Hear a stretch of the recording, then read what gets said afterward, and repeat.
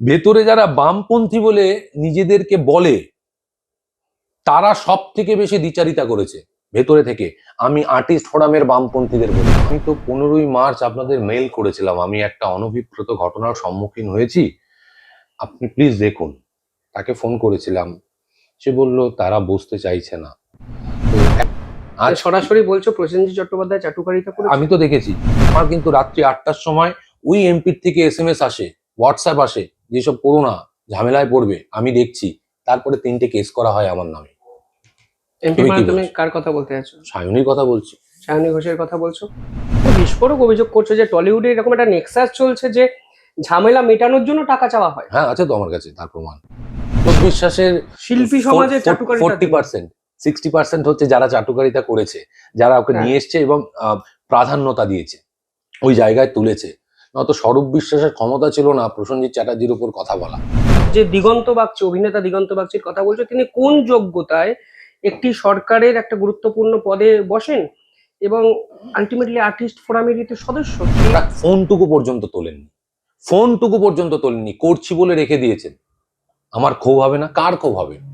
কিছু আর্টিস্টকে লেলিয়ে দিচ্ছেন, আমি তাদের বিরুদ্ধাচারণ করছি না, আপনারা চোখ খুলুন। আমাদের ইন্ডাস্ট্রি থেকে যারা MLA MP হয়েছে তারা তো টলিউডের নাম ভাঙিয়ে হয়েছে, তারা অভিনেতা অভিনেত্রী প্রথমে নামটা ভাঙিয়েছে, তাদের পপুলারিটিকে কাজে লাগিয়েছে ভোটের ময়দানে।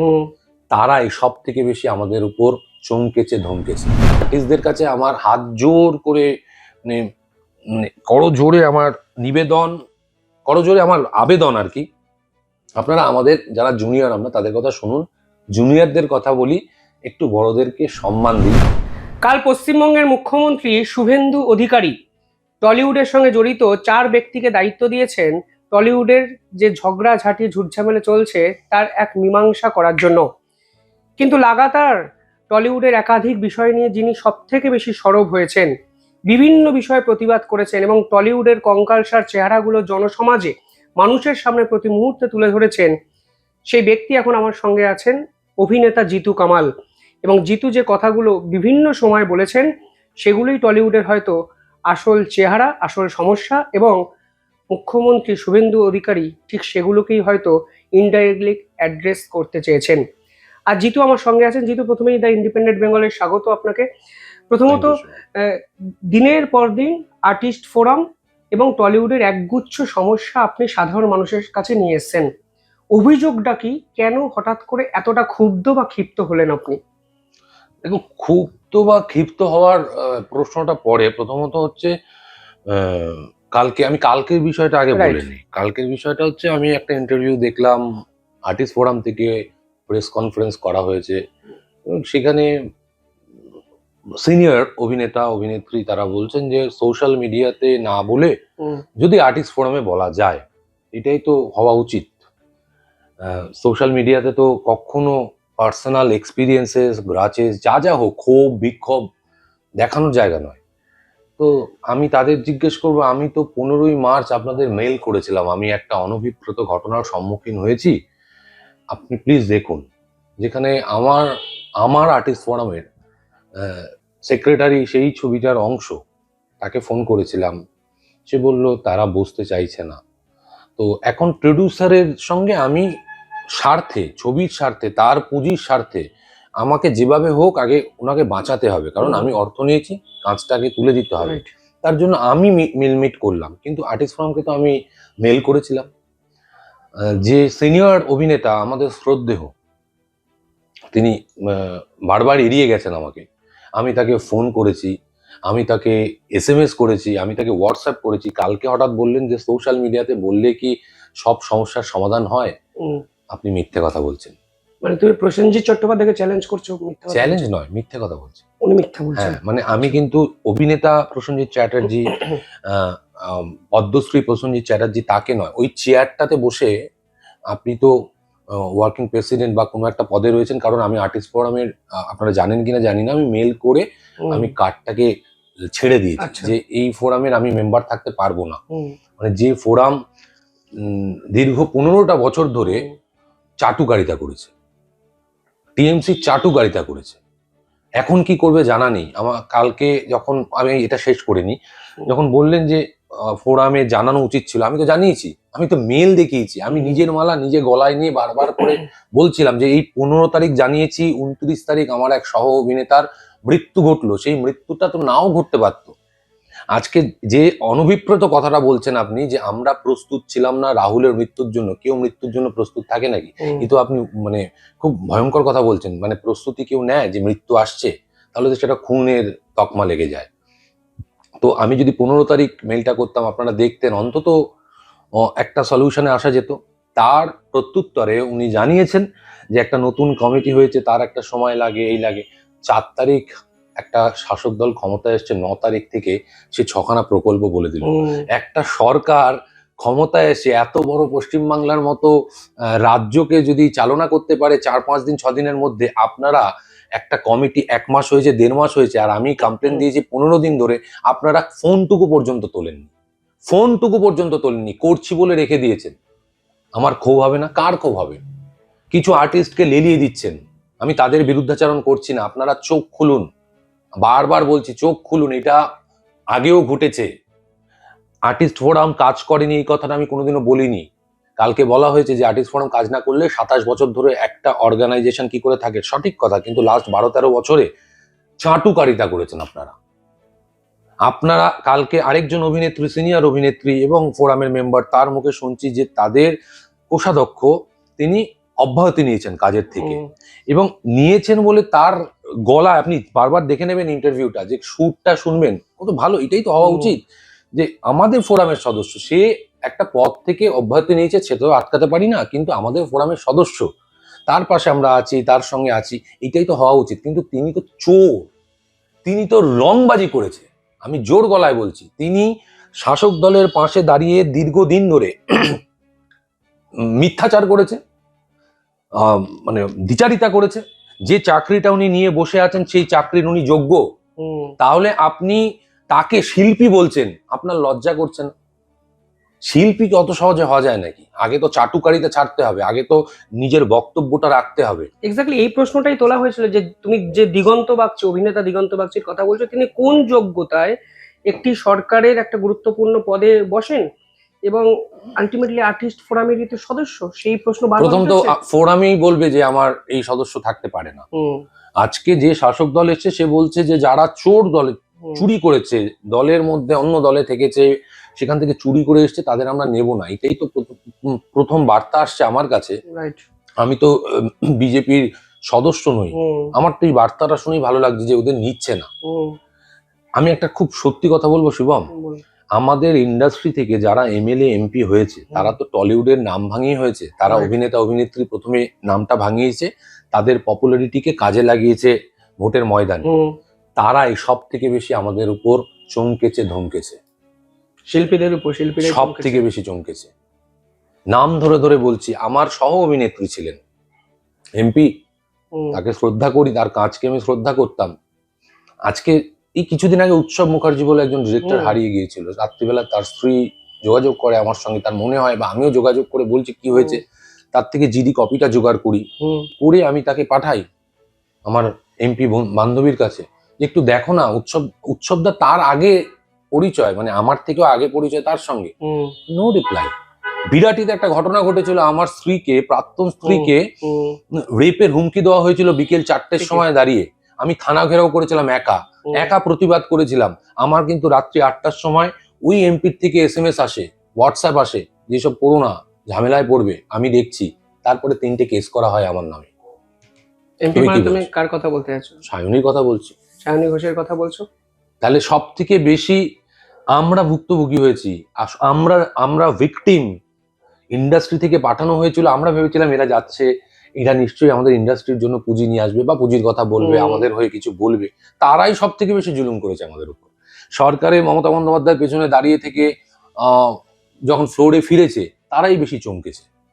আজকে হঠাৎ করে বলছে আমরা নেই, আমরা দলে নেই। আচ্ছা একটা কথা বলুন তো, আজকে কি তৃণমূলের উচিত নয় যে এই সকল দ্বিচারকদের, দ্বিচারিতা করেছে তাদের আগেনস্টে FIR লঞ্চ করা?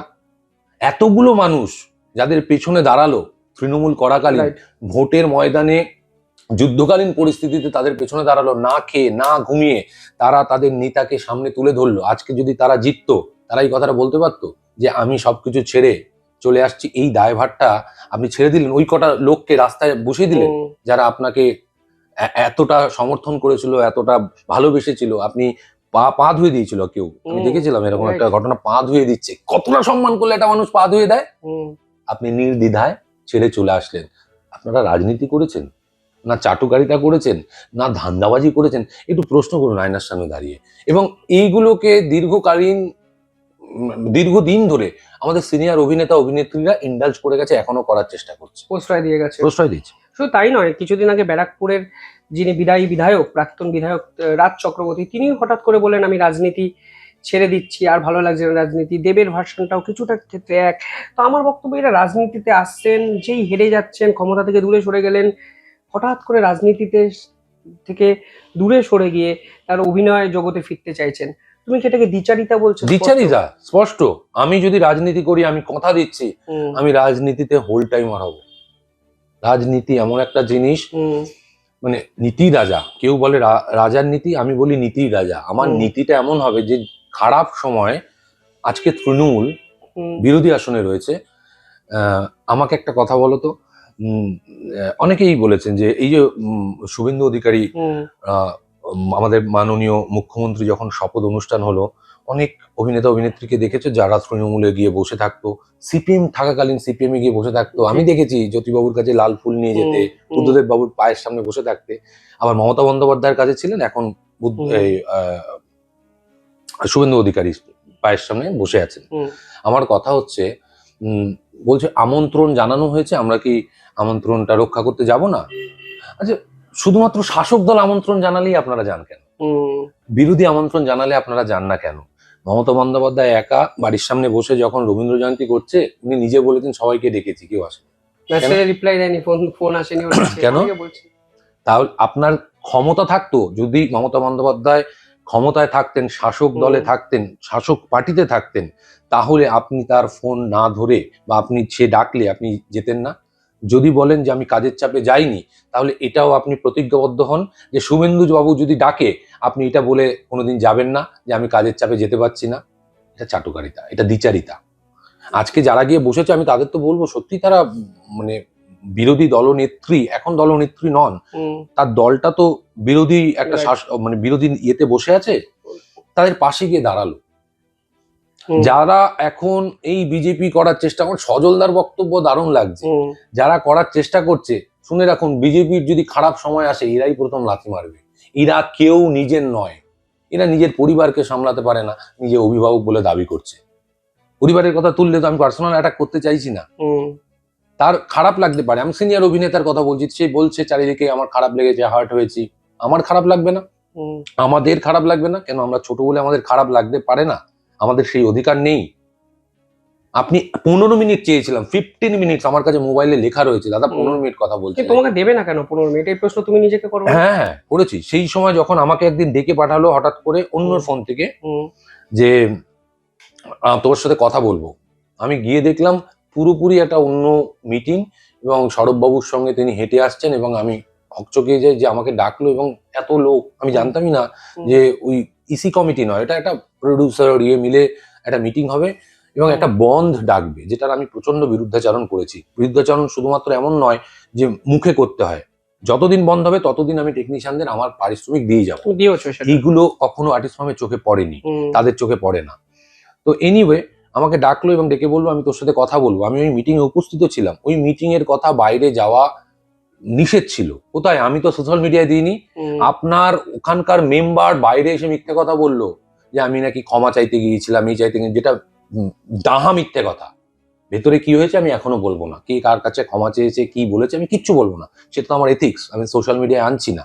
মানে এই ধরনের কোনো ঘটনা 9:30 রাত্রি 9:30 পর্যন্ত আমি টেকনিশিয়ানের বাথরুমের সামনে দাঁড়িয়েছিলাম, যে আমার সিনিয়র আমার সাথে কথা বলবেন বলেছেন 15 মিনিট। কোথায়? আমাকে কাঁচকোনা দেখে বাড়ি চলে গেছে। পরবর্তীকালে বলেছিলে যে বারবার আমার কাছে, আমি লাস্ট এসএমএস ও করেছি, সোশ্যাল মিডিয়া নিয়ে বলছেন যে সোশ্যাল মিডিয়াতে বলা উচিত নয়। রুদ্রনীল ঘোষকে তিনি ফোন করেছিলেন, বললো ছোট ভাই হিসেবে ফোন করেছি, এবং তার ব্যাখ্যা আপনি সোশ্যাল মিডিয়া দিলেন কেন? সেই তো আপনি সোশ্যাল মিডিয়াকে ইউজ করলেন। আচ্ছা, আপনি ব্যাখ্যা দিলে সেটা সঠিক ব্যাখ্যা, আমি ব্যাখ্যা দিলে সেটা দ্বিচারিতা। হুম আমি তারপরেও লিখেছিলাম, দাদা আমি তো ছোট হিসেবেও তোমাকে ফোন করেছিলাম, আমিও তো ছোট ভাই হিসেবে, হুম আমাকে 15 মিনিট সময় দিতে পারতে তো। আমি কেন ফোন করেছি জানো শিবম? শুধুমাত্র প্রোডাকশনের সাথে গন্ডগোল হচ্ছে এমন নয়, প্রোডাকশনকে ভুল পথে নিয়ে যাওয়া হচ্ছে, তার থেকে 1.5 লক্ষ টাকা চাওয়া হয়েছিল জিতুর সঙ্গে গন্ডগোল মেটাবো বলে। তোমার সাথে গন্ডগোল মেটাবো বলে এবং এই গন্ডগোলটা সূক্ষ্মভাবে লাগানো হয়েছিল। মানে এবার আমার ধারণা, এই যে তুমি আমাকে বললে প্রশ্ন করেছো কিনা, আমি নিজেকে প্রশ্ন করে উত্তর পেয়েছি, তার মানে দাদা সব জানেন। দাদা জানেন বলে চুপ হয়ে যাচ্ছে। তুমি একটা বিস্ফোরক অভিযোগ করছো যে টলিউডে এরকম একটা নেক্সাস চলছে যে ঝামেলা মেটানোর জন্য টাকা চাওয়া হয়। হ্যাঁ, আছে তো আমার কাছে তার প্রমাণ। এই প্রডিউসার নিশ্চয়ই বলবে, হুম প্রডিউসারকে যদি এখন চমকে চামকে আপনি চুপ করান, আমার কাছে কিন্তু প্রমাণ আছে। হুম আমার কাছে আছে যে চাওয়া হয়েছে ঝামেলা মেটানোর জন্য। যে বাংলা ছবি ব্যবসা এইটা আমি বলার চেষ্টা করেছিলাম। এইটা কি বলো তোমাকে ডেকে আমি কোনো মিডিয়ার বাইক দিয়ে এরকম ঘরে ডেকে বলেছি? আমি কালকে আমি প্রত্যুত্তর করেছি, ফেসবুকে আমাকে বলছে, আমি প্রত্যুত্তর করেছি। তাদের সদস্য আমার নামে 17 দিন বাদে কথা তুলছে যে আমি কেন রাহুলদার ছবি আমি কেন মাটিতে ফেলে এসেছি। আমি মাটিতে ফেলে আসিনি, আমি বেদিতে রেখে এসেছি।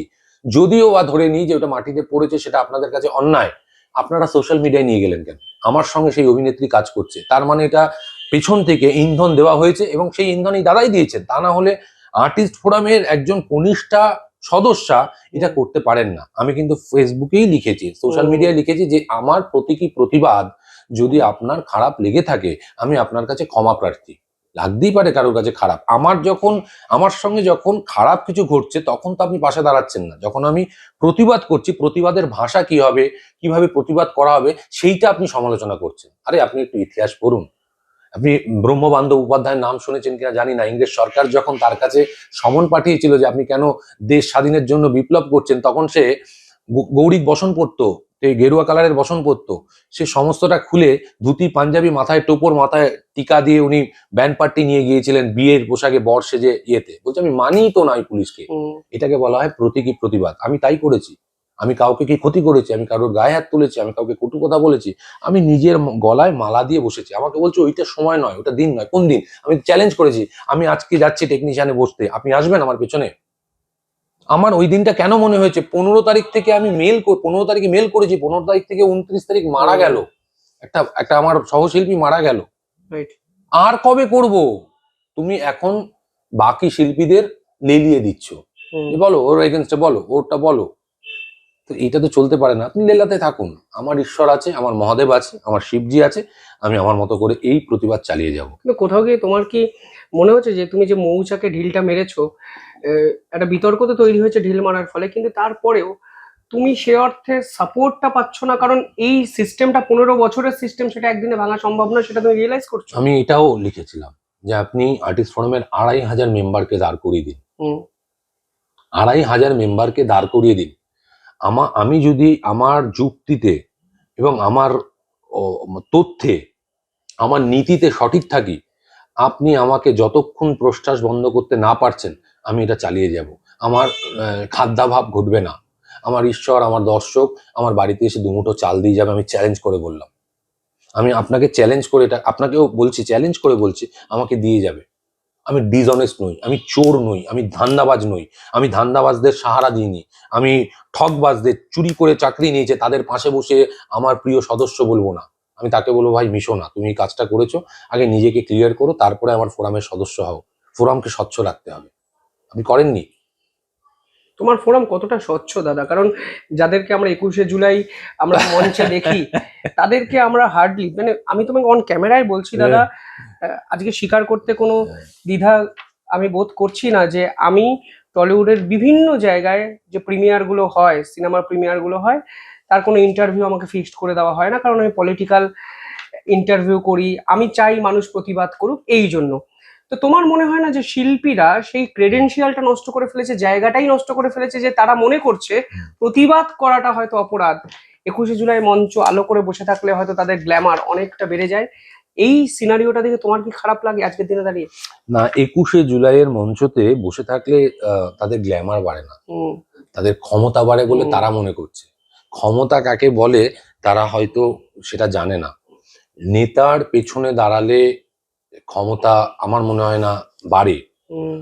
সংগঠন করলে ক্ষমতা বাড়ে। আপনি সংগঠন করতেন, অসুবিধা কি আছে? হুম, একটা দল করাপ্টেড, হুম, আমি ধরে নিলাম, আপনি তাও বলছেন আমি সংগঠন করেছি, আপনাকে মানা যেত। হুম, 2011 সালে যারা তৃণমূল করেছেন তাদের তো কোনো ইয়ে নেই, কারণ একটা সরকার পরিবর্তন করতে চেয়েছেন, এসছেন। 2016 পর্যন্ত ঠিক আছে, তারপরে আপনি দেখছেন সব করাপ্টেড, তারপরে গিয়ে আপনি ওই সংগঠন করছেন এবং 21শে জুলাইয়ের মঞ্চে বসে আছেন। আমার কাছে কোনো সরকারি চিঠি আর কোনোদিন আসতো না। কেন আসতো না? আমি তো কাজ করেছি, আমি খেয়েছি। হুম, আমার তো সব থেকে বিরুদ্ধাচারণ করে আমার শিল্পী কুল, আমি বারবার বলে হুম, এসেছি। কেন করে? আমি এই যা আলাদা থাকছি, আমি একা পড়াশোনা করি, আমি গিয়ে আমার ঘরে বসে থাকি, আমি নিজের মতো করে বই পড়ি, শর্ট দিই, তার মানে স্নবিশ। আপনারা বলছেন স্নবিশ কি হবো? আমি এর আগেও বলেছি আমার নাক লম্বা, আবার নাক উঁচু কি করে করবো? হুম, এটা ও গ্ল্যামার নয়, এটা দেখানো যে আমি কতটা দিদির কাছে, হুম, আমি কতটা দাদার কাছে। আপনি সংগঠন করুন না, আমি তো বারবার বলছি আপনি সংগঠন কেন করলেন না? আপনার আর যারা সংগঠনের নাম করে দ্বিচারিতা করলেন, তার মুখোশগুলো তো টপ টপ টপ টপ করে খুলে পড়ে গেল 4 তারিখ 12টা বা 1টার পর থেকে। হুম, প্রত্যেকে এখন বিজেপি। রাইট। আরে গ্রেট ভাই, প্রত্যেকে বিজেপি। হুম। Very good. আরো একটা ইন্টারেস্টিং প্রশ্ন যেটা আমার বারবার মাথায় ঘোরে, ধরো সিনেমা মুক্তি নিয়ে বরাবর গিল্ড, ইম্পা, আর্টিস্ট ফোরামের একটা দ্বৈরথ আমরা দেখেছি, শেষ 15 বছরে বারবার দেখেছি। নতুন প্রডিউসাররা বারবার অভিযোগ করেছে, বহু প্রডিউসার অন্য রাজ্যে চলে গেছে, টলিউডের ব্যবসা কমে গেছে। এই সলিউশনটা এতদিনেও শিল্পী সমাজ করে উঠতে পারলো না কেন? যারা কোর্টে কেস করলো তারা নাম তুলে নিতে বাধ্য হলো আজকে। এই সলিউশন আর্টিস্ট ফোরাম কি করতে পারলো না? না, আর্টিস্ট ফ্রমকে জিজ্ঞেস করলে বলবে আমরা তো ভলেন্টারি ওয়ার্ক করি, আমরা এসবের মধ্যে যাব না, ওটা প্রডিউসারের ব্যাপার, হুম, ওটা ফেডারেশনের ব্যাপার। কিন্তু তার সঙ্গেও যে আর্টিস্টের স্টেক থাকে, তার জীবন চলার জন্য একটা একটা ইনভেস্টমেন্ট থাকে। right. এখান থেকে ছবিটা রিলিজ করলে আরেকটা ছবি সে পাবে, হুম, হুম, সেটা ভাবে না। আমি একটা মানে একটু ইতিহাসের কথা বলি, নরেন গোস্বামী বলে এক ভদ্রলোকের কথা হুম, বলি। বিপ্লবী সংগঠনের সাথে ঘুরতো, বিপ্লবীদের কথা শুনতো, সবকিছু করতো।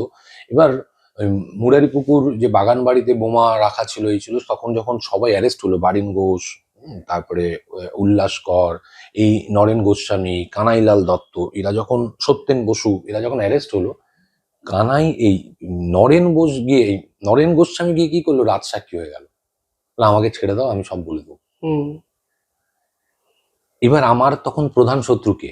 হুম, ইংরেজ না নরেন গোস্বামী? আমি তোমায় প্রশ্ন করলাম, আমি দর্শকদের প্রশ্ন করলাম। ঠিক।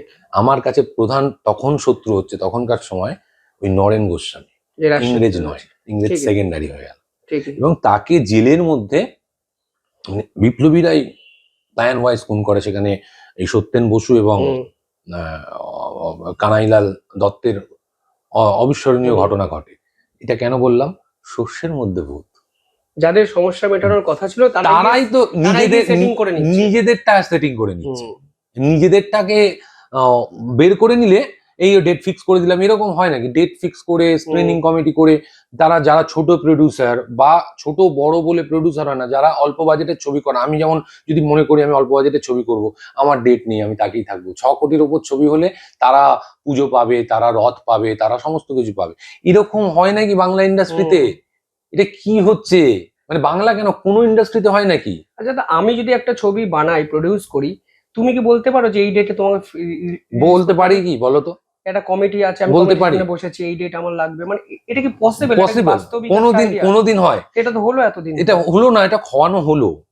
এবং সেটা হওয়ানোর জন্য একটু ভালো করে খোঁজ নাও, হুম, কে কতটা টাকা দিতে পারবে, কে কত সময় কেনার জন্য টাকা, ডেট কেনার জন্য টাকা। হুম, আমি অভিভাবক বলছি ইন্ডাস্ট্রির, হুম, আমি অভিভাবক বলছি না কিন্তু শুধু আর্টিস্ট ফোরামে। তার কি দায়িত্ব ছিল না? সে গেছে, মিটিং করেছে, কিন্তু তার ভূমিকা কি? চাটুকারিতাই করেছে। হুম। আজ সরাসরি বলছো প্রসেনজিৎ চট্টোপাধ্যায় চাটুকারিতা করেছে? আমি তো দেখেছি, আমি দেখেছি যে মাইক্রোফোনের সামনে দাঁড়িয়ে আছেন এবং তাকে বলার জন্য বলতে বলছেন, এবং সে আহ, আহ, স্বরূপবাবুকে কোলে করে টেনে সামনে নিয়ে দাঁড়াচ্ছেন। আমার তখন খুব গায়ে লাগছে যে আমার পদ্মশ্রী প্রাপক অ্যাক্টর, আমি যাকে এতটা সম্মান করি, সে কেন ওইভাবে গায়ে টেনে ডাকবেন? তিনি বলবেন, বাকিরা এসে কথা বলবে, আমাকে ডাকবে, আমি গিয়ে মিটিং করব, চুপ করে গিয়ে শুনবো, যে তার অভিজ্ঞতা আছে। সে কেন এটা করবেন? মানে তার এটা তো দরকার ছিল না। খারাপ লাগে এটা দূর থেকে দেখে আজকে দাঁড়িয়ে। আমি সামনে থেকে দেখি, হুম, প্রত্যেক দিন খারাপ লাগে, প্রত্যেক দিন খারাপ লাগে যে এই মানুষটাই আমার বিরুদ্ধাচারণ করছেন। আমি কি চাইছি, মানে আমি চাইছি আর্টিস্টদের, আমি কি চেয়েছিলাম যে আমার কথাটা শোনা হোক। আমার আমিত্বতে ভুগিনি। আজকে আমার কথা শোনা হলে সেই সময় যদি এসওপি হতো, তাহলে রাহুলদার ঘটনাটা ঘটতো না। 1 মাস সময় চেয়েছিল এসওপি হবে, কিসের হয়েছে, কোনটা হয়েছে? এসওপি আগেও ছিল 2023 পর্যন্ত বা 22 পর্যন্ত, যখন WBT এরকম কোনো একটা সংগঠনের সাথে। কেন হয় না? ছবির ক্ষেত্রে হয় না, এর ক্ষেত্রে কিছু তো একটা বলা উচিত। সব না হাতে কলমে হয় না শিবম, কিছু না আন্তরিকতায় হয়, কিছু বলাতে হয়। শোনো না, তোমরা সমুদ্রে ইয়ে করছো, একটু নিয়ে নিও একটা দুটো লোক, একটু রেস্কিউ করার লোক রেখো, কত টাকা লাগবে? সব দোষ আমি চাপিয়ে দিলাম। কালকে মিটিং হয়েছে, এই হয়েছে, কালকে তো মিটিং করেছিল তুমি বড় করে লীনা গঙ্গোপাধ্যায়কে কি হলো, কতটা আমি করতে পারলাম লীনা গঙ্গোপাধ্যায় এগেনস্টে, তার সকালবেলায় লীনা গঙ্গোপাধ্যায় পদত্যাগ করে দিয়েছে। তারপরে তুমি কি করলে, বেসরকারি একটা সংস্থার সঙ্গে আর্টিস্ট ফোরামের চুক্তি হয়েছে সেটা জানালে। আমি একটা কথা বলি, যেখানে নতুন সরকার চাইছে বেসরকারিকরণ থেকে সরকারিকরণ করার, সরকারি স্কুলগুলো খোলার, কি দারুণ দারুণ প্রস্তাব রেখেছে শিক্ষামন্ত্রী। মোবাইল ফোন ব্যবহার করা যাবে না, সরকারি স্কুলে পড়তে হবে, শিক্ষকদের ওপর পানিশমেন্টের অধিকার ফিরে আসবে। সেইখানে আর্টিস্ট ফোরামের মতো একটা সংবেদনশীল একটা অর্গানাইজেশন, সে একটা বেসরকারিকরণ করলো, যে চিকিৎসা নয়, ওষুধে কম টাকা পাবে বলে। কজনে মানে টাকার এটার ব্যবহার করবে জানি না, আমার কাছে এটা আইওয়াশ। আপনি সরকারের সঙ্গে কোনো ইয়েতে যেতে পারতেন, টাই আপে যেতে পারতেন, যে আমার আর্টিস্টরা যদি একটু পায়, আমার আর্টিস্টরা যদি একটু পায়। কালকে শুধু একটা আইওয়াশ হয়েছে, আপনি বেসরকারিকরণ করলেন। আপনি বেসরকারি একটা সংস্থাকে আরো জায়গা করে দিলেন, যেখানে সরকারি হাসপাতালগুলো, ওষুধের দোকানগুলো, তার মানে আপনার বিশ্বাস নেই সরকারের উপর, আপনার বিশ্বাস নেই। আপনি আমার এই ইন্টারভিউর পর আমার বিরুদ্ধাচারণ করতেই পারেন, তার জন্য আমি ঘরে বসে চুপচাপ বসে থাকবো, ভয় পেয়েই থাকবো এমন নয়। আমি যদি ভুল করে থাকি, আমার এই ইন্টারভিউর মাধ্যমে যদি কোনো ভুল মন্তব্য হয়ে থাকে, আমাকে যদি ধরিয়ে দেন, আমি তোমার সামনে গিয়ে তুমি যেখানে থাকবে আমি গিয়ে ক্ষমা চেয়ে আসবো, ভাই আমার এটা ছেড়ে দিও, ভুল হয়েছে। আর যদি আমার এই ইন্টারভিউর পর আপনি আমার খুঁত ধরার জন্য শুধুমাত্র করলেন, আমি তোমাকেই খুঁজবো, ভাই আমি আরেকটা বোমা তৈরি করেছি, তুমি প্লিজ এসো। কালিমায়ের বোমা জানো তো, ক্ষুদিরাম বসুর হাতে তুলে দিয়েছিল কিংসফোর্ডকে মারার জন্য। তোমার ইতিহাস জানে না, এরা পড়েনি। ঠিকই, ইতিহাস কখনো মিথ্যা হয়ে যায় না। আজকের দিনে দাঁড়িয়ে ইতিহাসের গুরুত্ব আছে। মানে তুমি পরিষ্কার বলছো, এই যে দিনের পর দিন স্বরূপ বিশ্বাসের দাদাগিরি নিয়ে এত অভিযোগ শোনা যায়, তার বারবারন্ত শুধুমাত্র স্বরূপ বিশ্বাসের শিল্পী সমাজের চাটুকারিতা 40%, 60% হচ্ছে যারা চাটুকারিতা করেছে, যারা ওকে নিয়ে এসছে এবং প্রাধান্যতা দিয়েছে, ওই জায়গায় তুলেছে। নয়তো স্বরূপ বিশ্বাসের ক্ষমতা ছিল না প্রসেনজিৎ চ্যাটার্জির উপর কথা বলা। প্রসেনজিৎ চ্যাটার্জি, তার বিভৎস, তার অরা, তার ইয়ে ছিল না, তিনি এটাকে করেছেন। কেন জিৎ মাদনানি দায়িত্বে নেই, কিন্তু ভাইস প্রেসিডেন্ট ছিলেন, কেন দায়িত্বে নেই? কেন ভাই? আমার মাথায় এই প্রশ্নটা বারবার ঘুরেছে। আমি তো বহুবার আমার সিনিয়র এমপি, আমি নাম তুমি নিজেও বুঝে যাবে, তাকেও ইয়ে করেছি যে আমাকে একটু বাঁচাও, মানে এরা এই যেভাবে চেপে ধরছে বোমবাদা, মানে আমি কেন বাঁচাও অর্থে হচ্ছে আমি সোশ্যাল মিডিয়ায় মুখ খুলতে চাইনি, আমি এই প্রতীকী বিপ্লব করতে চাইনি, এই প্রতীকী প্রতিবাদ করতে চাইনি, আমি ঘরের মধ্যে মেটাতে চেয়েছিলাম। তারা টেকেন ফর গ্রান্টেড ধরে নেয় আমাকে। ধরো আমার একটু নাম যশ হয়েছে, একটুখানি আমাকে সুযোগ দিয়েছে দর্শকরা, যারা স্ট্রাগল করছে, তারা যদি প্রতি মুহূর্তে এই সম্মুখীন হয়, তারা তো বলতেই পারবে না, তাদের পাত্তাই দেবে না, পাত্তা দেয়ও না। ঠিকই। তাহলে সলিউশনটা কি? আজকের দিনে দাঁড়িয়ে শেষ প্রশ্নটা তো থাকবে, যে সমস্যা আছে একদম টু দি পয়েন্ট, সমস্যাগুলোকে তুমি হাইলাইট করলে, কোথাও গিয়ে সেটিং মিটিং এর চক্করে আলটিমেটলি শিল্পী সমাজ, সিনেমা, টলিউড সাফার করলো, কিন্তু জিতু কামালের কাছে কি উত্তর আছে এই সমস্যার সমাধানের? প্রথম হচ্ছে, তোমার মনে যা ক্ষোভ আছে সেটা বার করে দিতে হবে, তার জন্য সোশ্যাল মিডিয়া দরকার নেই। তোমার মনে যদি ক্ষোভ থাকে, একটা ফটো নিচে পড়ে আছে, তাকে ফোন করে বলো। পাশে কাজ করছে, তুমি বলছো না ভেতরে ভেতরে রয়েছে, লিখবো, তাহলে তার প্রত্যুত্তরও তো হবে। আঘাতের তো একটা প্রত্যাঘাত থাকে, কি শোনা, প্রথম হচ্ছে শোনা, একটু শুনতে হবে। আপনি ভলেন্টারি ওয়ার্ক করছেন, আপনি জেনেই করছেন যে আমার এটা ভলেন্টারি ওয়ার্ক, কিন্তু ওয়ার্ক কথাটার পাশে কিন্তু কাজটা লেখা রয়েছে, যে আপনি স্বেচ্ছাসেবক একজন, কাজ করছেন, স্বেচ্ছাসেবী একজন, মানে আপনি ওই দায়িত্বটা নিয়েছেন। যদি আপনি দায়িত্ব নিয়ে থাকেন, সেটা শুধুমাত্র অর্থের বিনিময়ে নেননি বলে আপনি ওটাকে ক্যাজুয়ালি নেবেন, এটা হতে পারে না। তাহলে আপনি ওই দায়িত্ব থেকে সরে যান। যারা করতে চাইবে যে আমি এটা এখানে আমাকে সময় দিতে হবে, সংসার চালানোর জন্য কাজ করতে হবে, কিন্তু আমাকে এই দায়িত্বটাও আমি নেব, এটা প্রথম।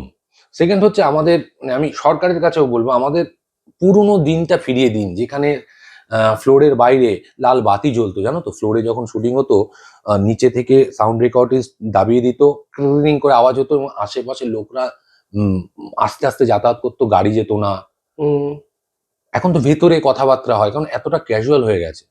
সেই জায়গাটা ফিরিয়ে দাও, ডিরেক্টরকে ক্ষমতা প্রদান করো। Director captain of the ship বলা হয়, কিন্তু ক্ষমতা দেওয়া হয় না। ডিরেক্টরকে দেওয়া হোক, ডিরেক্টর বলুক, যোগ্যতার বিচারে শিল্পী নির্বাচন হোক। এগুলো কেন হচ্ছে না? যে আগে শোনা, যে আমার আর্টিস্টের কোনো প্রবলেম হলো, কোনো টেকনিশিয়ানের প্রবলেম হলো, সবসময় যে বিরুদ্ধাচরণ করতে হবে এমন নয়, আমি সবটা ঠিক বলছি এমন নয়, কিন্তু আমার কথাটাই শুনলেন না। তারা প্রথমেই একটা কপাল কুঁচকে গেল। জিতু বলবে তার মানে নিশ্চয়ই কিছু প্রতিকার চাইবে। মানে কি চাইছেন আপনি? আমি নিজে দেখেছি আর্টিস্ট ফোরামে এজিএম এ কোনো শিল্পী বলছে তার মাইক্রোফোনটা কেড়ে নেওয়া হয়। ও হয়ে গেছে হয়ে গেছে হয়ে গেছে হয়ে গেছে হয়ে গেছে হয়ে গেছে বলা হয়ে গেছে। সব থেকে খারাপ লাগে হচ্ছে ভেতরে যারা বামপন্থী বলে নিজেদেরকে বলে, তারা সব থেকে বেশি দ্বিচারিতা করেছে ভেতরে থেকে। আমি আর্টিস্ট ফোরামের বামপন্থীদের বললাম, আমি বাকি বামপন্থীদের সাথে মিশি না এখন, বুদ্ধদেব বাবু চলে যাওয়ার পর। এটা আমি নিজেও পোস্ট করেছিলাম। তারা সব থেকে বেশি দ্বিচারিতা করে ভেতরে। বিশ্বাস করুন, আমি হাত জোর করে বলছি, যারা বামপন্থী কর্মীরা রয়েছেন, আমি তাদেরকে বলছি না, এরা দ্বিচারিতা করে। আপনি দেখেছেন যারা টিকিট পায়নি এবছরে, তাদেরকে বেশি রাস্তায় দেখেছেন? আপনারা দেখতে পাননি, আপনারা নিজেরা বিচার করবেন। এরা ভেতরে চাটুকারিতা করে। সব থেকে বেশি বিরুদ্ধাচরণ, আমি যে এই প্রতীকী প্রতিবাদ করেছি, সব থেকে বেশি বিরুদ্ধাচরণ করেছে ভেতরকার বামপন্থী, মানে সো কল্ড বামপন্থী আর্টিস্ট ফোরামের মেম্বাররা। তারপরে তো বাকিদের লেলিয়ে দিয়েছে।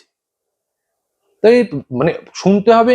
আর কিছু পয়েন্ট আমি নিজেও সরকারের জন্য, মানে লেখা, মানে খাওয়ার ধরন, 10,000 টাকা যে পার ডে পায় তার খাওয়ার ধরন এক, আর যে 1,500 টাকা পায় তার খাওয়ার ধরন এক, সর্বত্র নয়। আমি কিন্তু এটা মানে ইন জেনারেল বলছি না। যদি খেতে হয় আপনি ঘরে গিয়ে খান না।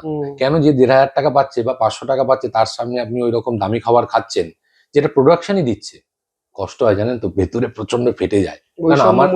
হ্যাঁ, আমার মুখে তো থালা ছুঁড়ে মারা হয়েছিল যখন কাজে এসছি। যে ছুঁড়ে মেরেছেন তার দোষ নয়, দোষটা হচ্ছে আমাদের সোসাইটির। এটাকে যদি সরকার দেখে, ডিরেক্টরদের যেটা বললাম, ক্ষমতা প্রদান করলে সব কিছু ঠিক হয়ে যাবে, সব। আর সিনিয়র আর্টিস্টদের কাছে আমার হাত জোর করে, মানে করজোড়ে আমার নিবেদন, করজোড়ে আমার আবেদন আর কি, আপনারা আমাদের যারা জুনিয়র, আমরা তাদের কথা শুনুন, জুনিয়রদের কথা বলি, একটু বড়দেরকে সম্মান দিন। সবার সামনে হয়তো সবটাই প্রগ্রেসিভ, সবার সামনে সিগারেট খাওয়া, দুমদাম করে কিছু স্ল্যাং ইউজ করা, আমাদের সময় আমি যখন শুরু করেছি তখন এরকম ছিল না। মানে ছিল না তো ছিল না। আমার এখন দেখি আমরা গাড়ি নিয়ে দাঁড়িয়ে আছি, সবে মাত্র 2-3 মাস এসছে, সে দাঁড়িয়ে সামনে দাঁড়িয়ে সিগারেট খাচ্ছে এবং আমি হর্ন দিচ্ছি, সে ঠিক আছে, সে আমার থেকে প্রায় 14-15 বছরের ছোট, সবে 2 মাস এসছে ইন্ডাস্ট্রিতে, এবং ডিরেক্টর পালিয়ে যাচ্ছে তাকে দেখে লজ্জায়। তো আমি বলছি সিনিয়রদেরও একটু জুনিয়রদের প্রাধান্য দিতে হবে, তাদের কথা শুনতে হবে, আর আমরা যারা জুনিয়র তারাও যেন সম্মান দিই। আমি কিন্তু প্রসেনজিৎ চ্যাটার্জিকে অসম্মান করিনি। জিতুর ভিতরে যে ক্ষোভ, আজকে সেই ক্ষোভের বহিঃপ্রকাশ আমরা হয়তো দেখলাম, কিন্তু জিতুর সাথে মেশার পর আমি অন্তত বুঝতে পারি জিতুর ক্ষোভ উপরে থাকলেও জিতুর ভিতরে অত্যন্ত একটা ভালো মানুষ লুকিয়ে আছে। সে ভালো মানুষটার যত্ন যদি কেউ করে, আমার মনে হয় যে কথাগুলো, প্রোগ্রেসিভ চিন্তাধারার যে বিষয়গুলো জিতু তুলে ধরলেন, তার একটা সলিউশনের দিক আমরা কিন্তু খুঁজে পাবো। এবং জিতুর কথা ধরেই আমি ইন্টারভিউটা শেষ করি, যে সব ঠিক হবে, সব ঠিক হয়ে যাবে, এবং এই বাংলা সিনেমা ফের একবার বাজবে। আপনারা কিভাবে দেখছেন কমেন্টে জানাবেন, কতটা সহমত কতটা সহমত নন উদার কণ্ঠে কমেন্ট করবেন। বাংলা সিনেমা ফিরে আসুক, অন্তত মুখ্যমন্ত্রী শুভেন্দু অধিকারী পরিষ্কারভাবে বলেছেন এই সমস্যা মেটাতে হবে। সৌমিক ভট্টাচার্য বলেছেন টলিউডে ব্যান কালচার চলবে না। একটা কিছু হচ্ছে তা আমরা সকলেই বুঝতে পারছি, কিন্তু কিভাবে এ বাস্তবের মাটিতে বাস্তবায়িত হবে তা তো সময় বলবে। দেখতে থাকুন দ্য ইন্ডিপেন্ডেন্ট বেঙ্গল। অসংখ্য ধন্যবাদ জিতুদা। Thank you. ধন্যবাদ আপনাদেরও। চ্যানেলটি ভালো লাগলে একটু সাবস্ক্রাইব করবেন। ধন্যবাদ।